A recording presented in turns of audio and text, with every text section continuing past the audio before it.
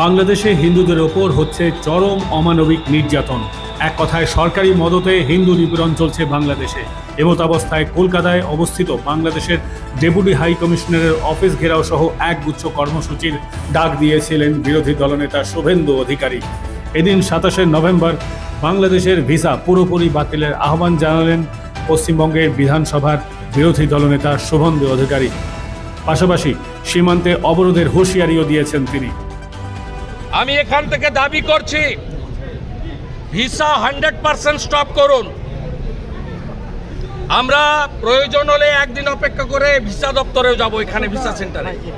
Stop, visa দেওয়া বন্ধ করুন completely. Export import permit issue করা বন্ধ করুন। বাকিটা আমরা বর্ডারে করব সোমবার থেকে। বলে দিলাম, চিন্ময় কৃষ্ণ প্রভুকে নিঃশর্ত মুক্তি, হিন্দুদের উপর আক্রমণ, মন্দির ভাঙা বন্ধ করুন। আর এই ধরনের এই নাবালকদের, যাদের আপনারা ওখানে তত্ত্বাবধায়ক সরকারে বসিয়েছেন, এই নাবালক যারা মন্ত্রীর পদমর্যাদায়, তাদের এই ধরনের ভারত বিরোধী কথা বলা বন্ধ করুন।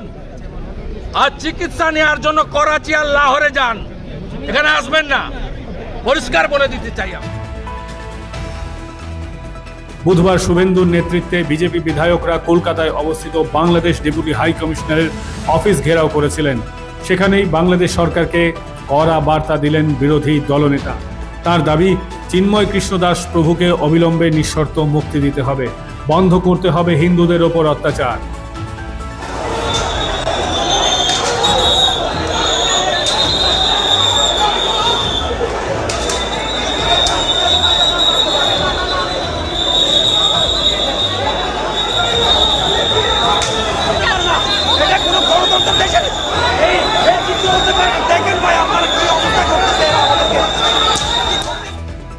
কোটা বিরোধী আন্দোলনের জেরে অগস্ট মাসে দেশ ছাড়তে বাধ্য হন বাংলাদেশের প্রাক্তন প্রধানমন্ত্রী শেখ হাসিনা।